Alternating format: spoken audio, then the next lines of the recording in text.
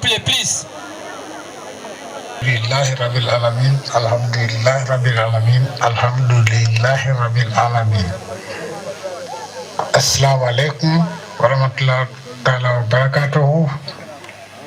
My fellow Gambians, fellow citizens of the Gambia and non-citizens of the Gambia in the Gambia, friends of the Gambia, Gambians both at home and abroad,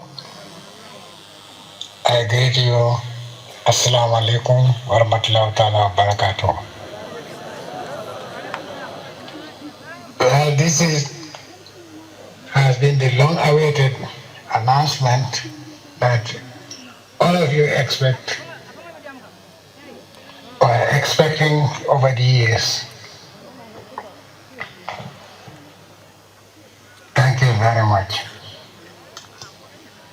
for your patience, and I want to make it crystal clear that I've always longed to come back to my homeland, my motherland, the Gambia. First of all, you all know the events that led to me leaving the country, leaving the Gambia to come here. It was a result of a dispute over the election results that most of people didn't pass. What brought it about was the fact that they had announced the first results that I accepted only for the IEC, the same IEC that conducted the elections, to come with a new set of results, of course, where they admit they made mistakes. That being the case, we decided that the whole issue has to be settled in the Supreme Court. We are not going to accept the results. This is what brought about the problem. Okay, what happened was, when the first set of results were announced, most of the people, most of my officials rejected the results. But to avoid any problems in the country, okay, the country was so much polarized, I discussed with them and we agreed that, okay, I can accept the results as they are. Despite various discussions with the IEC chairman, then Aliu Momar Njai, we made it very clear that we are going to challenge the results. It was very clear to him. Then 3 days later, I think 3 days later or whatever, they came with a new set of results. All this information was passed to the ECOWAS, EU, and the UN. That we are not going to accept the results, for which ECOWAS dispatched a team of heads of state, the then chairwoman, or chairperson they call her, Her Excellency President Ellen Johnson Sirleaf of Liberia, His Excellency the late President of Nigeria, General Buhari, and the president, now the current president of Ghana, who at that time was also facing elections. He lost, he went out, now he has been re-elected. To cut a long story short, they came, and I made it very clear to them. They asked me, it was Buhari himself, talk about somebody that has passed away. I will not accuse him of anything, because that would be a grave sin.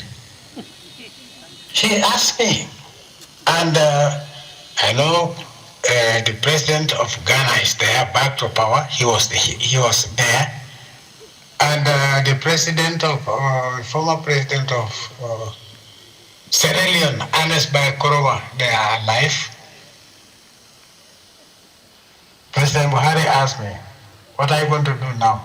I told him, all what I need is we have a petition that we want to take to the Supreme Court of the Gambia because any election dispute in this country must be settled through constitutional means. Nullifying the election, the result does not mean that there wouldn't be elections. We want fresh elections. He asked me, what is the time frame? I told him, according to the constitution, is what we want to do. I think it was within 6 months. Okay? He told me, in the presence of Elijah Sister is alive as well, but don't do anything illegal. I told him I will never do anything illegal. I accepted the results only for these people to come with new results, claiming that they were wrong. The first results, they made a mistake. How is that possible? Then later on, I learned that the servers for the elections were based in Dakar. Why Dakar? And we couldn't get any clear-cut answer from the IEC. I objected to the president, the positioning of the servers in Dakar, because Dakar is not part of the Gambia. Why would they put the servers there? We don't know. Anyway, to cut the long story short, I explained everything to them. Okay? And His Excellency, the late President Buhari said, okay, that he was made to understand that the judges that were in the Gambia, who are part of this, who from the core, majority in the Supreme Court of the Gambia, are in recess. But then somebody said, no, but they can be called because there was a judge from Ghana and a judge from Sierra Leone. And as Bayo Koroma said, well, we want to resolve the problem peacefully, then it has to be. I'm ready to send my judge, I think she was a female, and Ghana also promised to send a judge. So you have 2 judges, one from Ghana, one from Sierra Leone, and both Sierra Leone and Ghanaian heads of state said they are going to send the judges if Buhari, who has the majority, is ready to send his judges. Buhari looked at me and he said, okay, I will look at it. I don't know, there's a provision that says that in case of an emergency, judges in recess can be called to take care of the problem, after which they go back and the days that they spend resolving the problem will be added to the recess. He said, well, he will go back to Nigeria. Okay. He went back to Nigeria only for us to hear so many stories that from the coalition, using the who, as a mouthpiece, saying that they've already blocked everything. The Nigerian judges are not coming. We all heard that. And unfortunately, it became true. The next thing we heard was a meeting in Mali. Africa-France summit, where the former president of France, then he was the president, Barrow was invited there. I was not invited. He held his hand and said, this is going to be the president of the Gambia, whether anybody likes it or not. So he is the president of the Gambia and you should accept him as president of the Gambia. Okay. Well, he's not a member of, France is not a member of the ECOWAS. France is not a member of the AU. France is not a member of Africa. So, for somebody to come and declare in the presence of African heads of state that this is the president, whether anybody likes it or not, the president of the Gambia. Anyway, to cut a long story short, that is, the next thing I heard was the AU calling a meeting, an emergency meeting to which I was not invited to go and defend myself. My delegation, I sent a delegation, they were not allowed to enter. Held an emergency meeting in Abuja to which my representatives, they were allowed to enter, but they were not allowed to speak. But they were blocked 3 days in Dakar because at that time we had to fly through good. All flights were based in Dakar and they had to go to Dakar. They spent happened, I don't want to speculate. Only for me to later know that the AU has taken the matter to the UN Security Council. That's a long story. That's a story of its own. And then other declarations were being made. Then ECOWAS, all of a sudden, the then ECOWAS secretary or president or whatever, we used to call the ECOWAS secretary general, made an announcement giving me an ultimatum that I have to leave.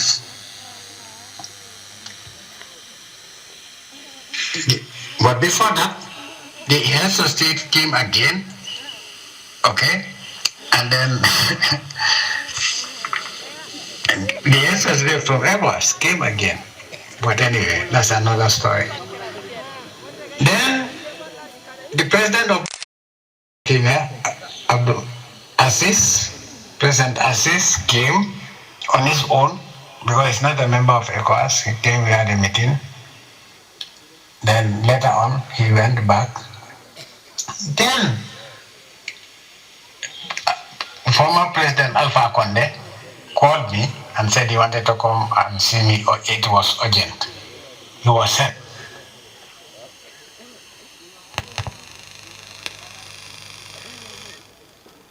Sorry, the call was a call.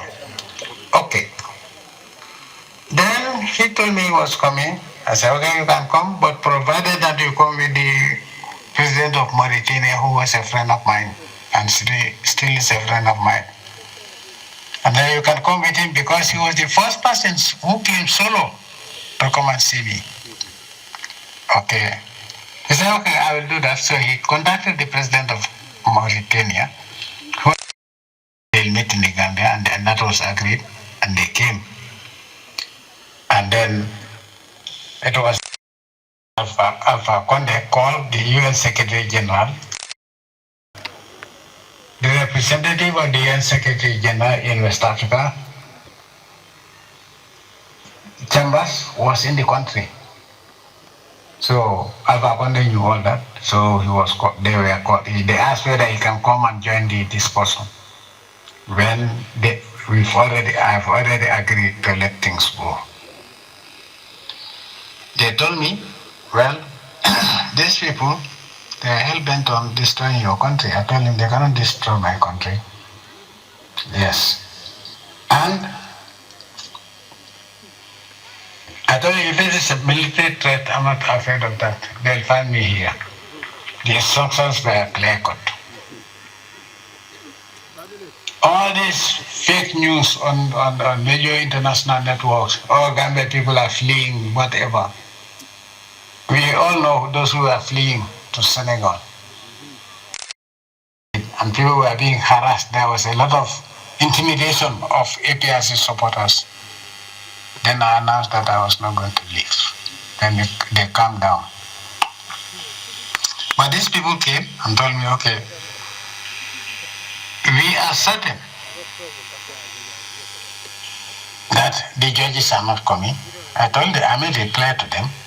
They said, yes, we know.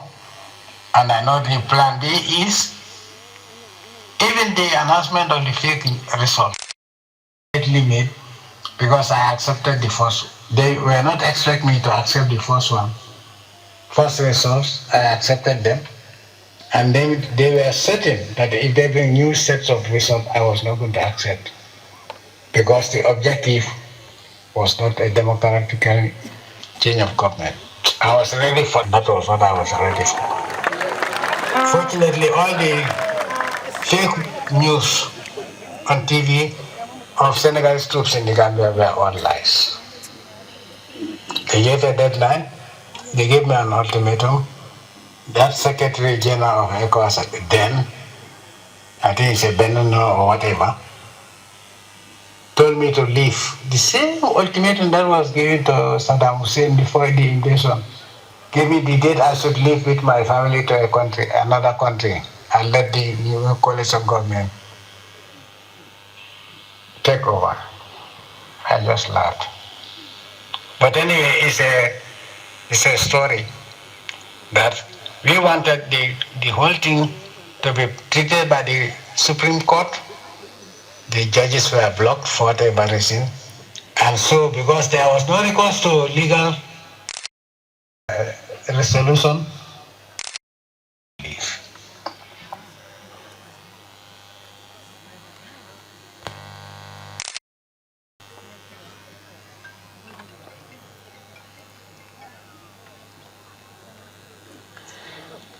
the the sorry about the cut off. My brothers and take off with me. I told them, no, there is no need. They told me not to use my aircraft. I told them I'm going to use my aircraft and see who's crazy enough to try to shoot it down. But they told me you have to consider that your family is there, your entire family. You're flying with your entire family. Yes. But anyway, so they decided that they're not going. Remember, they stayed here. Then ECOWAS, that person who was then the Secretary General or whatever, or they call whatever name they call, I think President or Chairperson of the ECOWAS,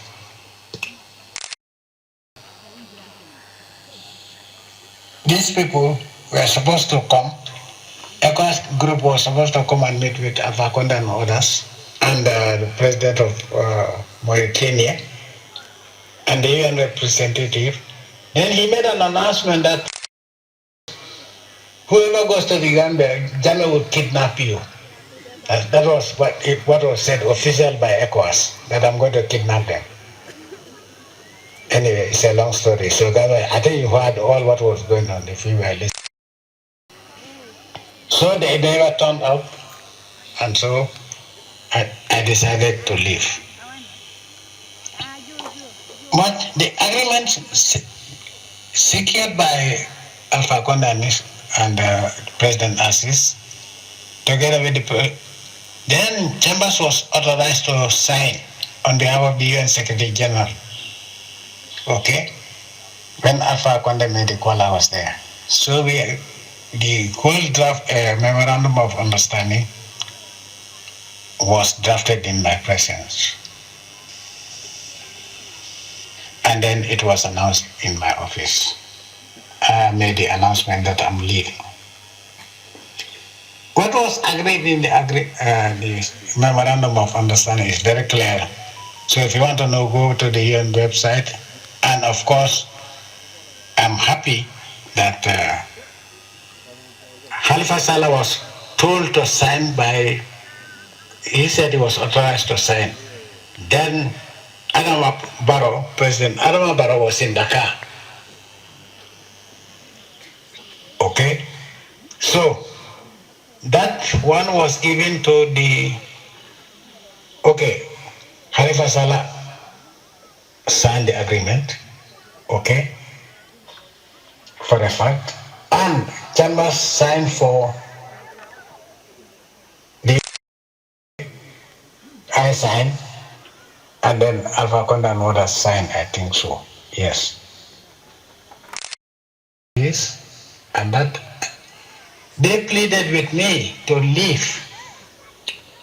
ECOWAS pleaded that these people, the coalition said that they are not, because originally I wanted to go back to my farms. I was told by all these groups that the coalition is not comfortable with you being in the Gambia. Yes, because you have massive support from the people and from the military. And I made it very clear in the argument that if somebody is elected and he doesn't want to be guarded by his own people, then the election, there's something wrong with the election. Because I've never brought foreign troops to protect me because of the election. And we post not threat. They know that. We can wipe them out in a minute. But we're not going to do that. I'm not going to do that. I don't want any child, Gambian child, to be a refugee. We know the conditions of the refugee camps. I don't want any Gambian woman, any Gambian for that matter, to flee the country for whatever reason because of Yahya Jammeh. I love the country and I have to live in peace. Leave the country in peace. And that was why I decided to leave. To give them a chance. They told me, you have to go outside of the country. Something I rejected before. They pleaded with me and I said, okay, I looked at it. I watched CNN. I saw people that were moving in other parts of the world, refugees, and the way they are treated. I said, okay, I don't want any Gambian, my friend or my family or my enemy, to go through this very, very, very humiliating treatment. That is not what I have for the Gambians. All Gambians, for that matter. And so I decided, they said they are going to stay with me. Alpha Conde and Assis of Mauritania. And they took off with me. The rest is history. It was agreed that I can leave and come back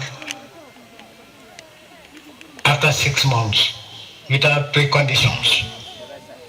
That is what is there. That I can go back to the Gambia as a Gambian citizen, and there were so many things that were guaranteed.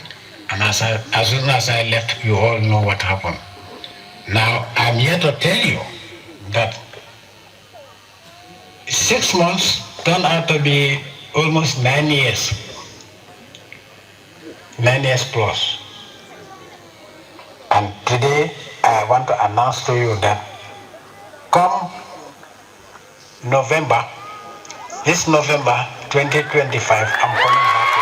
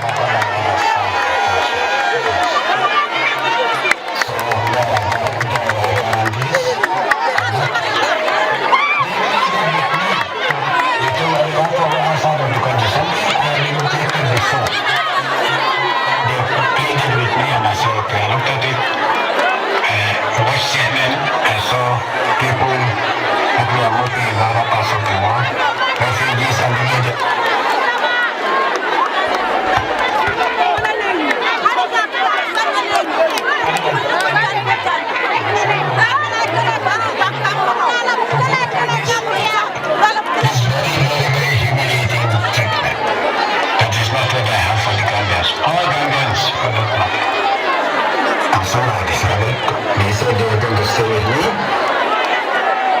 as Akonde and Assis of Kenya, and they took off. The rest is history. It was agreed that I can leave and come back after 6 months without preconditions. There. But I can go back to the Gambia as a Gambian citizen, and there were so many things that were guaranteed. And as soon as I left, you all know what happened. Now, I'm here to tell you that 6 months turned out to be almost 9 years. 9 years plus. And today, I want to announce to you that come November, this November 2025, I'm coming back to the Gambia. The date and flight arrangements, travel arrangements will be announced by the executive interim leader, Mahmoud Yahya deputy and admin secretary will work on this together with us. That is the travel details. And by the grace of the Almighty Allah, the travel details will be